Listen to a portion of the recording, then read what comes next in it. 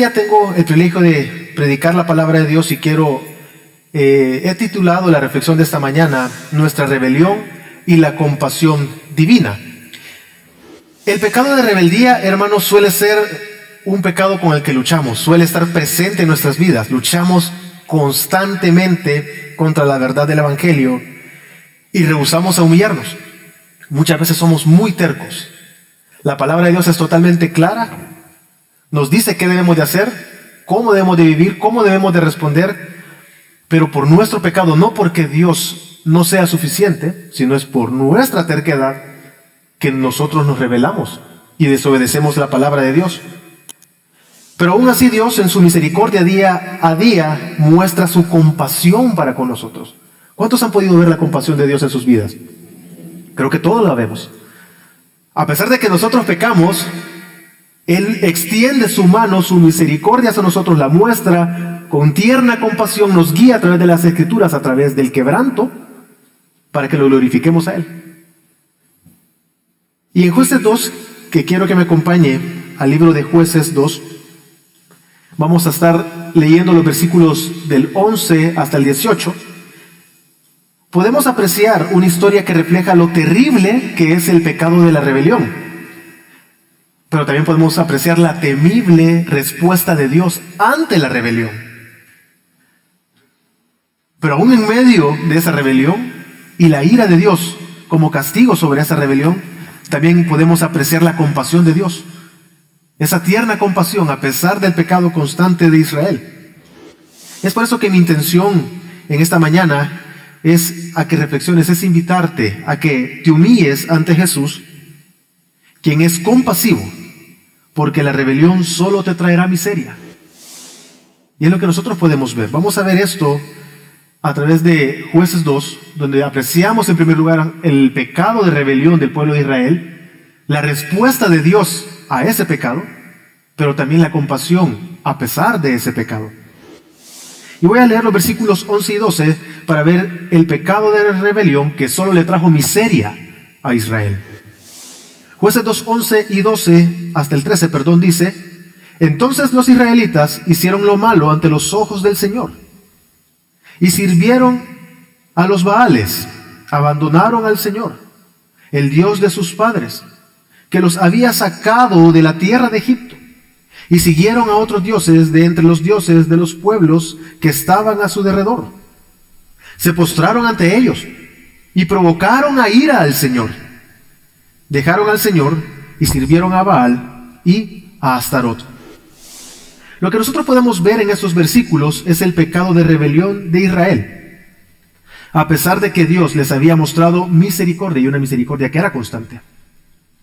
La historia nos cuenta, y para recordar brevemente, Dios los liberó de la esclavitud, lo que acabamos de leer en Jueces. Dios los llevó por el desierto. Dios les llevó a la tierra prometida, la tierra que les había prometido. Se las entregó sin que ellos hiciesen nada. Y ya estando en el lugar que Dios les había entregado, ellos le dieron la espalda a Dios. Dios los había liberado y guiado a la tierra, pero aún así decidieron darle la espalda. No les importó Dios. Y nosotros podemos ver y podemos apreciar este pecado de rebelión en dos maneras en este pasaje. La primera de ellos es que ellos abandonaron a Dios. Ellos decidieron de manera intencional, no podemos decir que fueron ignorantes, ellos lo hicieron porque así quisieron, porque surgía de su corazón, y ellos abandonaron a Dios.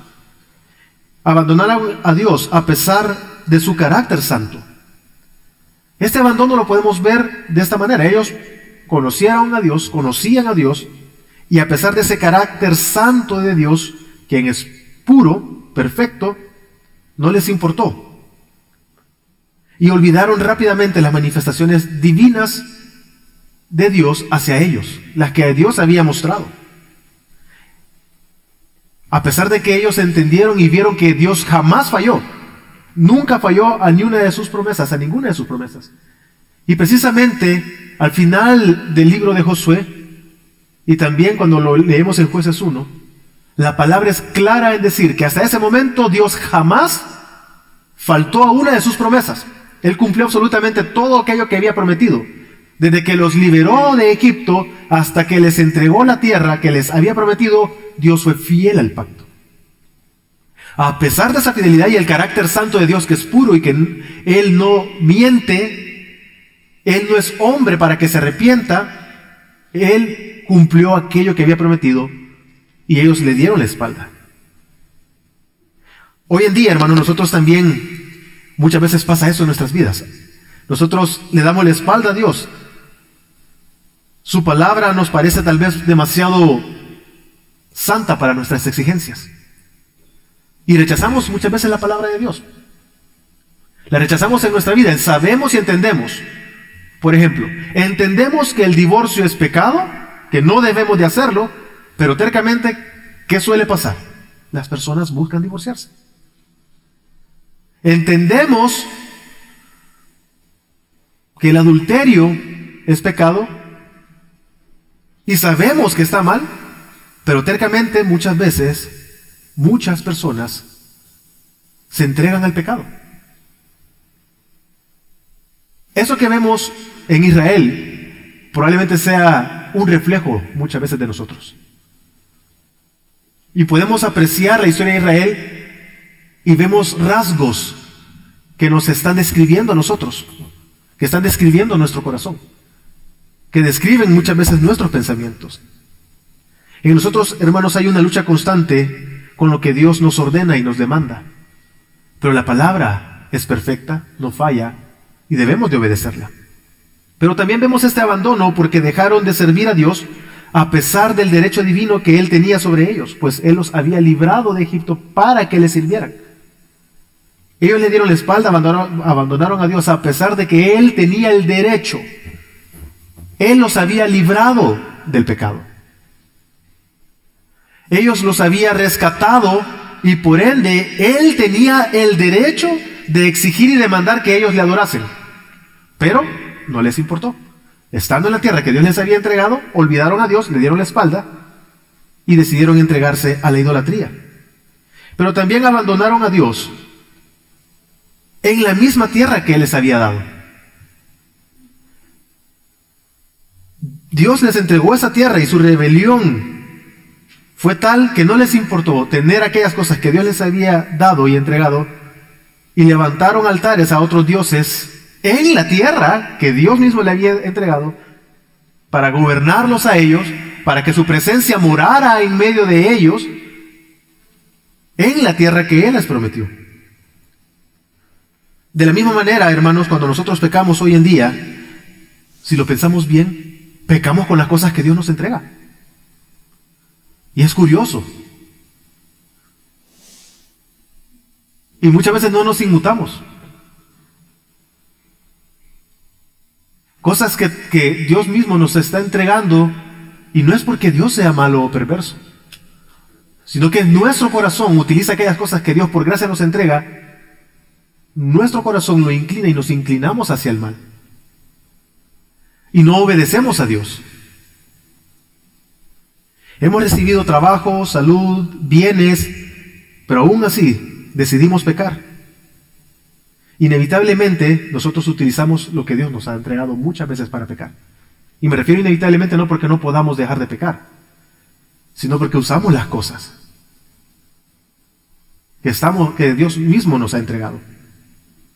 Pero también nosotros podemos ver que abandonaron a Dios a pesar de las múltiples advertencias que Dios les hizo a ellos. Dios les advirtió por medio de Moisés, Dios les advirtió a ellos por medio de Josué. Ellos pudieron ver en la historia que sus padres le contaban, cómo ellos habían sido bendecidos por Dios, todo lo que Dios había hecho, las advertencias que Dios les había entregado, pero aún así decidieron abandonar a Dios. Años antes, ellos fueron derrotados cuando Josué aún estaba en medio de ellos y Josué no había muerto. Esta parte de la historia de Israel la podemos ver de esta manera. Cuando Josué estuvo con ellos, Josué los guió, dice la palabra de Dios, para que ellos no pecaran. Y eso lo podemos ver, que Josué estuvo con ellos. Hay un pecado que ellos cometieron mientras Josué los guiaba, y es el pecado de Jai, donde ellos no pudieron, perdón, el pecado de Acán, donde fueron derrotados por Jai. Ellos se levantaron a la batalla, pero cada quien salió por su lado porque fueron derrotados. A lo que Josué le preguntó a Dios qué había sido, y Dios le reveló que habían pecado, el pueblo había pecado, y por el pecado del pueblo es que ellos habían sido derrotados. Así que Josué lo que hizo fue expulsar a todos aquellos. Y podríamos llegar a pensar, esta persona, Acán, esta persona que pecó, estaba ya escondido, con su boca cerrada, no queriendo manifestar. Pero Dios le dijo, expulsa, y se procedió de cierta manera, pero al final el pecado lo terminó avergonzando a Acán. Él y su familia fueron expulsados de en medio del pueblo, porque Dios lo había establecido así, para extirpar la maldad, y hasta en ese momento ellos pudieron entonces derrotar a sus enemigos. Eso ya era una advertencia. Y la palabra de Dios nos cuenta en el pasaje que estamos en Jueces, avanzando de Josué una vez más a Jueces. La Biblia nos dice que cuando Josué murió, la generación que siguió, que es la generación que estamos viendo en el pasaje que estamos estudiando, la generación después de Josué, esa generación fue la que se entregó a los ídolos. Esa generación decidió desobedecer a Dios. Son ellos los que le están dando la espalda y abandonando a Dios a pesar de las advertencias que sus padres les habían contado. De igual manera, en ese mismo capítulo, en ese mismo pasaje de Jueces, Jueces 2, los primeros versículos, aparece el ángel del Señor, dice, para advertirles. Le dijo, no van a quebrantar el pacto. No deben de quebrantar el pacto. Pongámonos a pensar. No solamente a través de Josué, un consiervo, por decirlo así, un ser humano más, les advirtió. Fueron descubiertos en ese pecado, fue expuesto el pecado, fueron expulsados. Pero ahora, podríamos decir, meses atrás, en Boquim, a través del ángel del Señor, ya no era un ser humano, sino que era el ángel del Señor que le estaba diciendo, no vas a quebrantar el pacto. Sí o no, que muchas veces nosotros quisiéramos y decimos que se aparezca un ángel y la voz del Dios se oiga del cielo para saber qué debo de hacer. Pues eso pasaba con ellos. Dios mismo, el ángel del Señor, les habló a ellos y les dijo que no quebrantaran el pacto. Pero ¿qué fue lo que hicieron a pesar de las múltiples advertencias? Decidieron darle la espalda a Dios. Decidieron abandonar a Dios. Así que de igual manera nosotros, hermanos, muchas veces nos rebelamos contra la palabra de Dios. Nos rebelamos cada domingo. Hemos estado en una serie acerca de la adoración, pero aún así nos resistimos y cuestionamos el orden del culto. Y no estamos del todo de acuerdo. O luchamos con ciertas posturas que hemos estado hablando acerca de nuestra adoración reverente a Dios. No queremos arrodillarnos, no queremos aplaudir, no queremos alzar nuestra voz. O muchas veces nos incomoda que fuerte canta el hermano, no puede cantar más suave. Y uno no está disfrutando muchas veces. Nos resistimos. Dios nos habla constantemente por medio de su palabra, pero nos resistimos a obedecer en nuestra adoración, tanto comunitaria como en nuestra vida personal. Porque hemos estado aprendiendo, nuestra adoración no solamente es en este momento, hermanos. Aquí lo hacemos de manera comunitaria, con una conciencia correcta, de que estamos aquí para adorar a nuestro Dios, aquel que nos salvó, aquel que tiene el derecho porque nos libró del pecado. Aquel que es santo, perfecto, porque no hay nadie que sea tan santo como Él. Aquel que por medio de su palabra nos advierte todo el tiempo, constantemente, y aquel que nos ha entregado absolutamente todas las cosas. A ese Dios adoramos. Pero también, no olvidemos, y hemos estado aprendiendo, la adoración es en tu vida personal, en tus decisiones, en las cosas que tú piensas, cómo respondes a las diversas circunstancias. Eso es adoración. Tu adoración personal debe de venir a ser reflejada de manera comunitaria acá. Debes de venir a gozarte, como Pastor Sandoval predicaba la semana pasada, a disfrutar de adorar a Dios de manera reverente, con un gozo que es genuino. Somos nosotros advertidos, hermanos, constantemente de las consecuencias del pecado. Pero lastimosamente parece ser que tenemos oídos sordos. Somos sordos muchas veces para la palabra de Dios en ciertas áreas de nuestras vidas, porque luchamos a rendirlas delante de Dios. Nuestra terquedad es tal que nos resistimos a humillar ciertas áreas en nuestra vida. Y tú tienes que reflexionar, tienes que pensar en tu vida. Pero lo que estamos viendo aquí es que el pueblo se está rebelando en contra de Dios. Pero también nosotros podemos ver les decía que podemos ver este pecado de rebelión de dos maneras. Uno, el abandono de Dios, pero no solamente lo abandonaron. Y el segundo es que ellos sirvieron a otros dioses. Se entregaron a la idolatría. Sirvieron a Baal. Baal podríamos entender que hay varios dioses que comenzaban con Baal.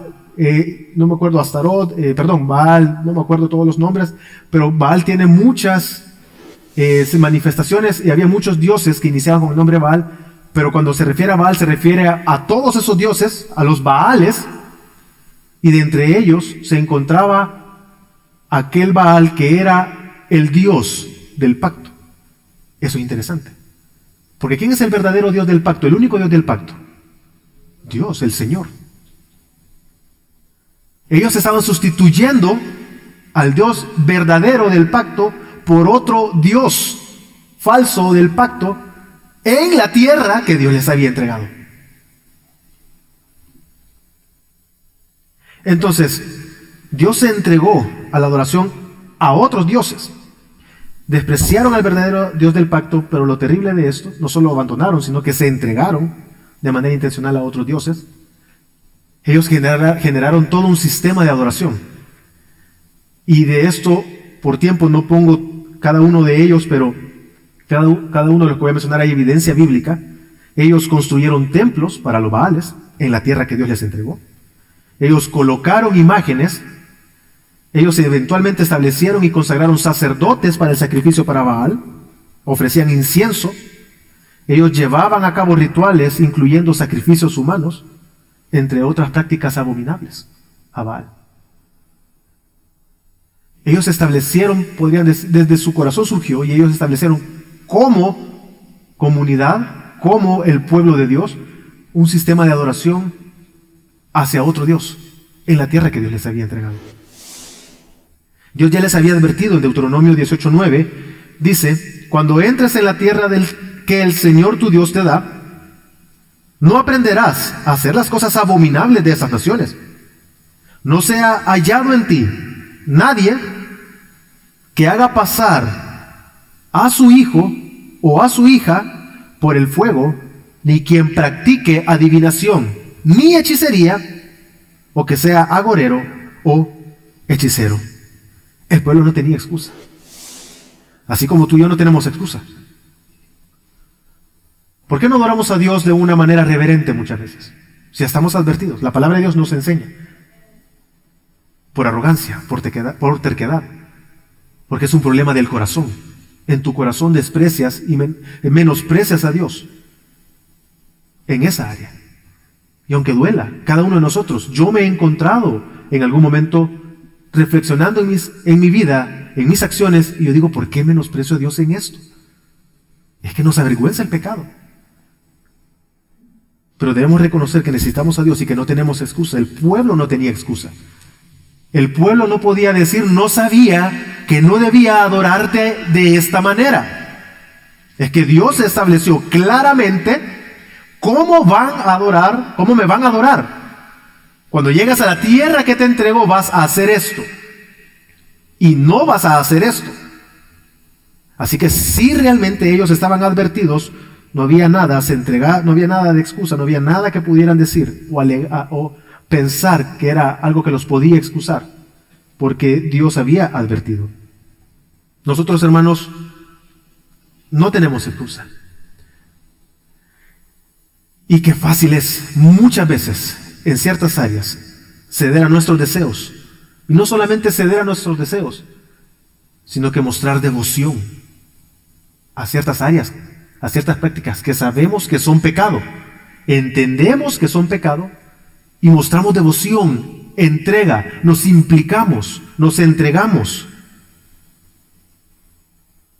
Podemos decir, generamos un sistema de adoración a partir de nuestro pecado o deseo pecaminoso. Opuesto a lo que hemos estado incluso aprendiendo. Nuestra adoración debe de ser un espíritu y en verdad, con un corazón humilde que surge de un corazón regenerado y en el cual nos entregamos por completo. Muchas veces así actuamos con el pecado. Y podrías tú decir, no, pero yo no me entrego tanto, yo no soy así. Pero no quieres renunciar a ello. Y tercamente no quieres confesar tu pecado. Y es que el pecado de rebelión solo va a traer miseria. La rebelión lo único que trae a nuestras vidas es desgracia. ¿Qué bueno va a surgir de la rebelión? ¿Qué bueno puede surgir? ¿Qué bondad hay en la rebelión? ¿Qué misericordia encontramos en la rebelión? ¿Cuál es la compasión que encontramos en la rebelión? No hay. Solamente en Dios. ¿Y cuál fue la respuesta de Dios al pueblo? Dice Jueces 2, 14 y 15. La ira del Señor se encendió contra Israel y los entregó en manos de salteadores que los saquearon. También los vendió en mano de sus enemigos de alrededor. Y ya no pudieron hacer frente a sus enemigos. Por donde quiera que iban, la mano del Señor estaba contra ellos para el mal. Tal como el Señor había dicho y como el Señor les había jurado. Y se angustiaron en gran manera. Ellos se volvieron miserables. ¿Qué les trajo la rebelión a ellos? ¿Les trajo el bien? ¿Les trajo prosperidad como nación? ¿Les trajo libertad y poder disfrutar de la tierra que Dios les había entregado? Solo vemos miseria. La ira de Dios fue la respuesta a la idolatría del pueblo. La rebelión de Israel llegó a tal punto que Dios apartó su favor de ellos. Ocultó su rostro, utilizando el lenguaje del salmista, de los salmistas. Dios se apartó. Dios dio la espalda, podríamos decir, al pueblo. Y los entregó en manos de sus enemigos. El pueblo había olvidado las advertencias sobre la ira de Dios. Habían escuchado y habían sido narradas por sus ancestros, por sus antepasados, por sus padres. Olvidaron la ira de Dios y solo se comenzaron a centrar en la misericordia. Solo se comenzaron a centrar en el amor. Es que Dios es amor y Dios es misericordioso. Él es lento para la ira. Pero no quiere decir que Dios no sea un Dios airado. No quiere decir eso de que Dios no va a cumplir sus promesas. O que Dios cambia. O que Dios simplemente está bien, puedes seguir pecando, no te preocupes. No, Dios es un Dios justo. Él es santo. Entonces el pueblo decidió darle la espalda a Dios. Ellos habían oído acerca de la ira de Dios. Ellos habían escuchado, solo habían escuchado acerca del diluvio. Ellos solo habían escuchado los juicios sobre Egipto. Sus padres fueron liberados de la esclavitud. Ellos escucharon qué terrible fue lo que hizo Dios con Egipto. Qué bueno que Dios nos libró a nosotros. Ellos escucharon el castigo de Dios a sus propios padres en el desierto porque se rebelaron en contra de Dios. Nuestros padres murieron en el desierto, de una generación entera no entró a la tierra que Dios prometió porque se rebelaron. Pero nosotros hoy estamos en la tierra que Dios nos entregó. Ellos solo habían escuchado la ira de Dios, lejos de ellos. Pero hoy ellos la estaban viviendo. Ellos la estaban experimentando. Había caído sobre ellos aquello que solo habían escuchado y que había sucedido tiempo atrás. Qué contraste con las palabras que Dios dio a Josué. Nosotros vemos que en Jueces 2 le dice, Dios no estaba con ellos, Dios los abandonó, donde quiera que iban, sus enemigos los derrotaban porque Dios ya no estaba con ellos. La rebelión le provocó miseria. ¿Qué diferencia con Josué? Leamos Josué 1:9. ¿No te lo he ordenado yo? Sé fuerte y valiente, no temas ni te acobardes, porque el Señor tu Dios estará contigo donde quiera que vayas. Qué gran diferencia. Sé valiente, obedece. Obedece. Obedecer implica tener en mente la palabra, lo que Dios había hablado. Pudo obedecer porque entendía las Escrituras, tuvo temor y pavor del Dios, de su Dios, del Dios de Israel, que es un Dios justo, airado, misericordioso, un Dios de gracia. Eso fue lo que pasó con el pueblo en Jueces 2. Llegando a la tierra, ellos olvidaron a Dios, olvidaron las advertencias, dieron la espalda a Dios, lo que provocó la miseria. Pero Josué, mientras estuvo con vida, obedeció a Dios, y el pueblo lo siguió, y el favor de Dios estuvo sobre ellos.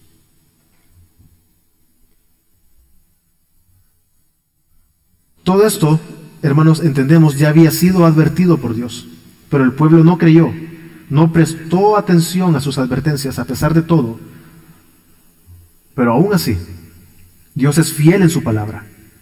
Dios es fiel, y vemos en Jueces 2 que Él prometió castigar la rebelión, y Jueces nos está diciendo que Él estaba cumpliendo la promesa de castigar esa rebelión.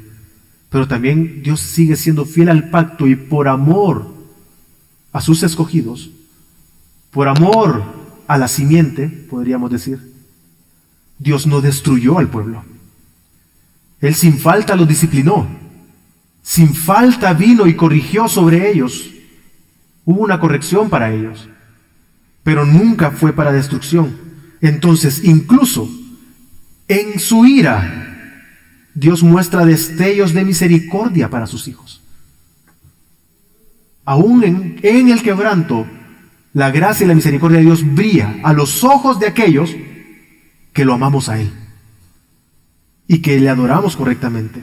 Su ira no es caprichosa, no es una emoción vengativa como la de un hombre, ni es una ira maliciosa, sino que es una ira que siempre busca su propia gloria, la vindicación de su nombre, lo cual es bueno para aquellos que lo aman. Es que Dios no iba a permitir que el pueblo avergonzara su nombre. Por el contrario, la corrección traía gloria a su nombre, porque se habían rebelado contra el Dios, debían de aprender a temer.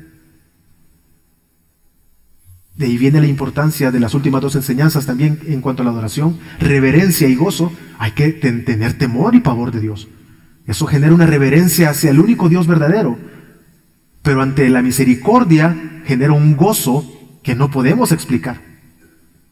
Y eso es lo que estamos viendo acá. La misericordia, o inicio, la ira de Dios era tal sobre ellos, donde quiera que ellos iban, Dios estaba contra ellos. Ese sufrimiento, esa miseria, hace que brille más y tenga un mayor valor para nuestro corazón la misericordia, su compasión. Increíble cómo Dios perdona la terquedad y muestra compasión. Pero tal compasión inexplicable para nuestra mente hace que veamos terrible la rebelión y grotesca la rebelión. Su compasión genera un gozo, su ira genera un temor. No queremos. A ese Dios nosotros adoramos, porque Él ha apartado su ira sobre nosotros y su gracia está sobre sus hijos, y mostramos esa reverencia y un genuino gozo de estar en Él y poder adorarle. Pero ¿cómo sabemos nosotros que la ira de Dios no era vengativa y no era destructiva? Los versículos 16 y 18, leeré nada más, dice de la siguiente manera: Entonces el Señor levantó jueces que los libraron de la mano de los que los saqueaban. Cuando el Señor levantaba jueces, el Señor estaba con el juez y los libraba de mano de sus enemigos todos los días del juez, porque el Señor se compadecía por sus gemidos a causa de los que los oprimían y afligían. A pesar de que este capítulo, esta parte que estamos leyendo, solo se ve desgracia, pero en medio de esa desgracia y miseria por el pecado, el Dios, el único Dios lleno de gracia, mostró misericordia por ellos. Cada una de las desgracias que vino sobre Israel era por su propio pecado. Eran sus decisiones que provocaron esa miseria. Pero Dios manifestó y se mostró compasivo para con ellos. Esa misericordia, aún así, es interesante, porque la historia, los versículos 19 en adelante, leímos, Dios se conmovió. El gemido por su dolor, el gemido por el sufrimiento, subió a Dios como una oración. El texto no nos está diciendo que el pueblo clamó a Dios. Lo que está diciendo que era tal su sufrimiento que Dios se compadeció de ellos y los escuchó. Y mostró misericordia, levantó jueces para librarlos. Y Dios se conmovió por ellos. Pero inmediatamente el versículo 19 dice, pero ellos continuaron pecando. Y la generación que venía después era peor que la anterior. La siguiente peor que la anterior y así sucesivamente, cada una era peor. Tal compasión que Dios mostró para con ellos no logró conmover ni transformar el corazón del pueblo. Una y otra vez Israel volvía a sus deseos. Una y otra vez se volvían a la idolatría de dioses ajenos. Hasta aquí es fácil juzgar a Israel. Para nosotros es rápido, corremos a juzgar a Israel. Pero hay que detenernos un rato y examinar nuestro propio corazón, reflexionar sobre nuestras vidas, reflexionar sobre nuestras acciones. ¿Cuántas veces has pecado contra Dios aún sabiendo lo que dice su palabra? ¿Cuántas veces entendiendo claramente que algo es pecado lo has hecho? Y ruego a Dios, que debe de ser así en el creyente, que la conciencia acusa y uno se arrepiente. Y uno viene a Dios. Pero ¿cómo está haciendo tu adoración después de haber recibido tanta verdad bíblica desde este púlpito? Con libertad y con una limpia conciencia, ¿participas de cada uno de los puntos de la orden del culto? ¿Lo disfrutas? ¿Te gozas en ellos? ¿Te gozas del privilegio que tienes de adorar a Dios sin ser desechado ni destruido? ¿Te das cuenta de la misericordia y la compasión de Dios sobre tu vida? Que te permite adorar sin ser destruido. Si tu corazón ha recibido salvación, tú puedes adorar con toda libertad. ¿Cuántas de las cosas que Dios mismo te ha dado las has usado para pecar? Hermanos, Dios sigue siendo el mismo. Aquel que disciplinó a Israel sigue siendo el mismo hoy. No cometas el error de creer de que Dios es hombre. No cometas el error de creer, de humanizar a Dios, que es como nosotros. No creas que Dios se va a arrepentir, se arrepiente y es hombre para que se arrepienta. Su ira no es caprichosa, es santa, justa, pero es un Dios de gracia también, de misericordia y compasión. Nuestras decisiones, hermanos, traen consecuencias, no para condenación a aquellos que estamos en Cristo Jesús, pero sí para aquellos que rechazan a Cristo. Para ellos, sus decisiones son condenatorias. Sus acciones, por muy buenas que puedan ser, como no están en Cristo, son para condenación incluso.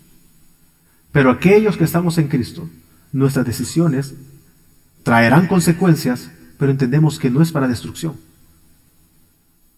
Pero debemos de tener temor de Dios. Consideremos un ejemplo en 1 Corintios.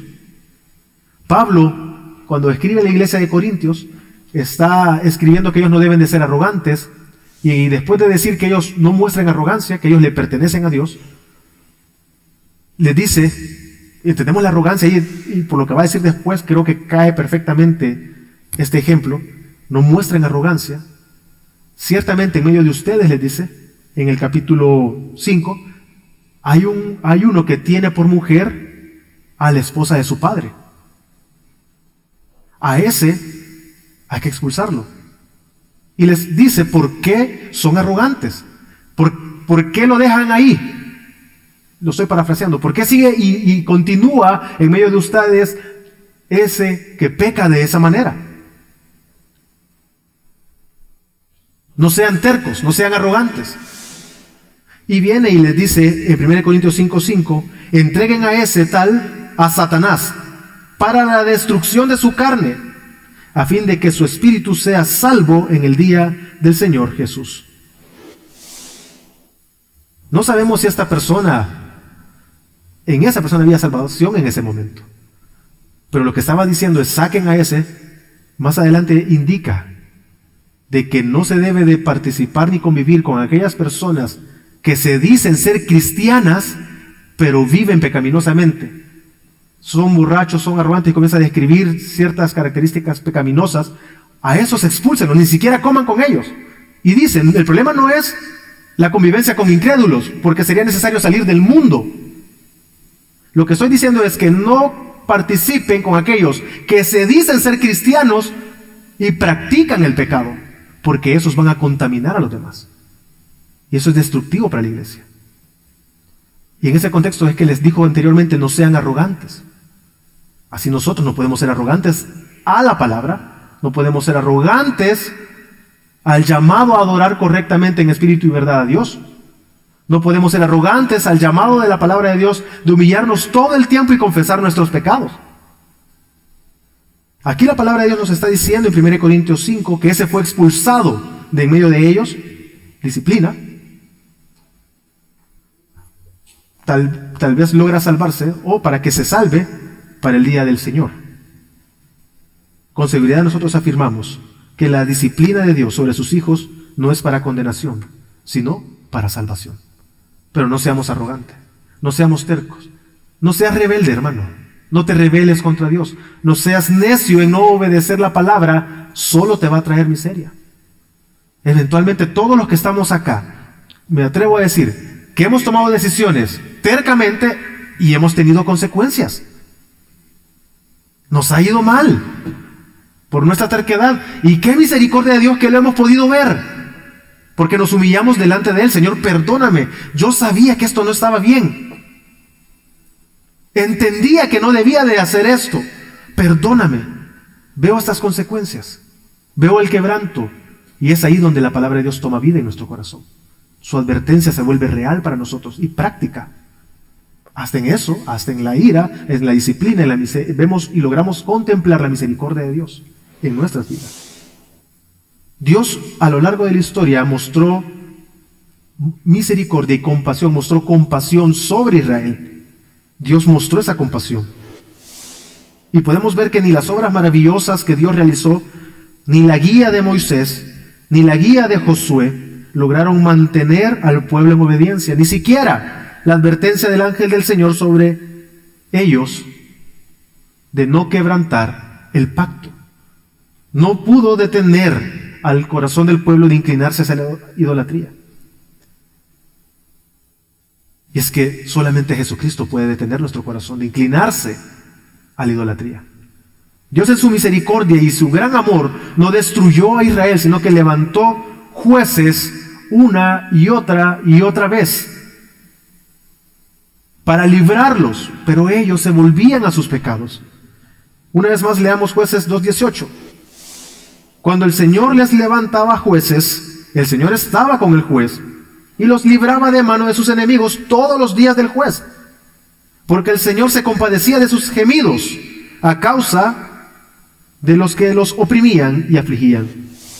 Y aunque pueda parecer contradictorio, hermanos, para nosotros, el Señor se compadecía del sufrimiento de su pueblo. Parece ser contradictorio que Él está, a la vez que está mostrando su disciplina y su ira, a la vez está mostrando compasión. Pero Dios es puro, es perfecto. En su carácter, Él es santo. A pesar de que ese sufrimiento, que fue resultado de su pecado, ellos, no dice el texto que estaban levantando, alzando su voz: Dios, ayúdanos. Aún así, el mero sufrimiento de ellos era un clamor para Dios. Dios lo percibió y lo recibió como un clamor y mostró misericordia por ellos. Mientras que el pueblo no fue conmovido por la misericordia que habían recibido, Dios sí se conmovió a compasión por el pecado de ellos, por su rebeldía. ¡Qué gran contraste! Dios dándole misericordia, ellos desobedecieron. Y en su quebranto y escupiendo sobre la cara de Dios, Dios se compadeció de ellos. No sé si tú logras ver en misericordia cómo es nuestro Dios. Es difícil para nosotros entender eso. Pero realmente Dios es un Dios misericordioso. Y Dios ya había mostrado esta compasión sobre ellos en el pasado. Dice Éxodo 2:23. Pasado mucho tiempo, murió el rey de Egipto. Los israelitas gemían a causa de la servidumbre y clamaron. Su clamor subió a Dios a causa de su servidumbre. Es que Dios ya había mostrado esa compasión para con ellos. Lo que vemos en Jueces no era la primera vez ni de que el pueblo pecaba, ni tampoco de la compasión de Dios. Dios es un Dios que muestra compasión. Que tu pecado mueve a compasión a Dios. Arrepiéntete. Confiesa tu pecado. No seas terco. No seas necio en continuar pecando en contra de Dios. Esa misma compasión que Dios mostró a Israel también la ha mostrado hacia nosotros a través de su Hijo Jesucristo. El que fue enviado para salvarnos a pesar de que frecuentemente nosotros lo rechazábamos. Dios te miró en tu miseria. Dios nos vio en nuestra miseria, provocada por nuestro propio pecado. Él se conmovió, sintió compasión, tal como Jesús lo hizo al ver a las multitudes durante su ministerio aquí en la tierra. Dice Marcos 6:34. Al desembarcar, Jesús vio una gran multitud y tuvo compasión de ellos, porque eran como ovejas sin pastor, y comenzó a enseñarles muchas cosas. El amor de Dios fue tan grande que entregó su vida por aquellos que vagaban sin dirección, sin rumbo, que estaban en la miseria por ti y por mí. Nos amó de tal manera que Él murió en la cruz por nuestros pecados. Y esto fue anunciado, dice Isaías 53:5. Pero Él fue herido por nuestras transgresiones. Otras versiones ponen ahí, por nuestras rebeliones. Molido por nuestras iniquidades. El castigo por nuestra paz cayó sobre Él. Y por sus heridas hemos sido sanados. Esto se cumplió en Cristo Jesús, en la cruz. Increíble. Por tu pecado Dios mostró misericordia. No puede ser terco. No puede usted entregarse a la terquedad e insistir en el pecado. Cada uno de nosotros debemos de humillarnos delante de Dios, ser dóciles a la palabra de Dios, humillarnos delante de Él. ¿Cuál debe de ser entonces tu respuesta? Tal vez, si tú nos visitas por primera vez, o has estado viniendo constantemente, pero no crees en el Evangelio, lo rechazas. ¿Crees y te consideras que eres una persona moralmente correcta porque no le haces daño a nadie? Respetas las ideas de los demás. No le haces mal a esas personas, no los rechazas por lo que puedan creer. Amas a tu familia, provees correctamente, pero aún así no deseas tener nada con Jesús, con el Jesús de la palabra de Dios, con el Jesús bíblico. Lo rechazas porque no crees en el Evangelio.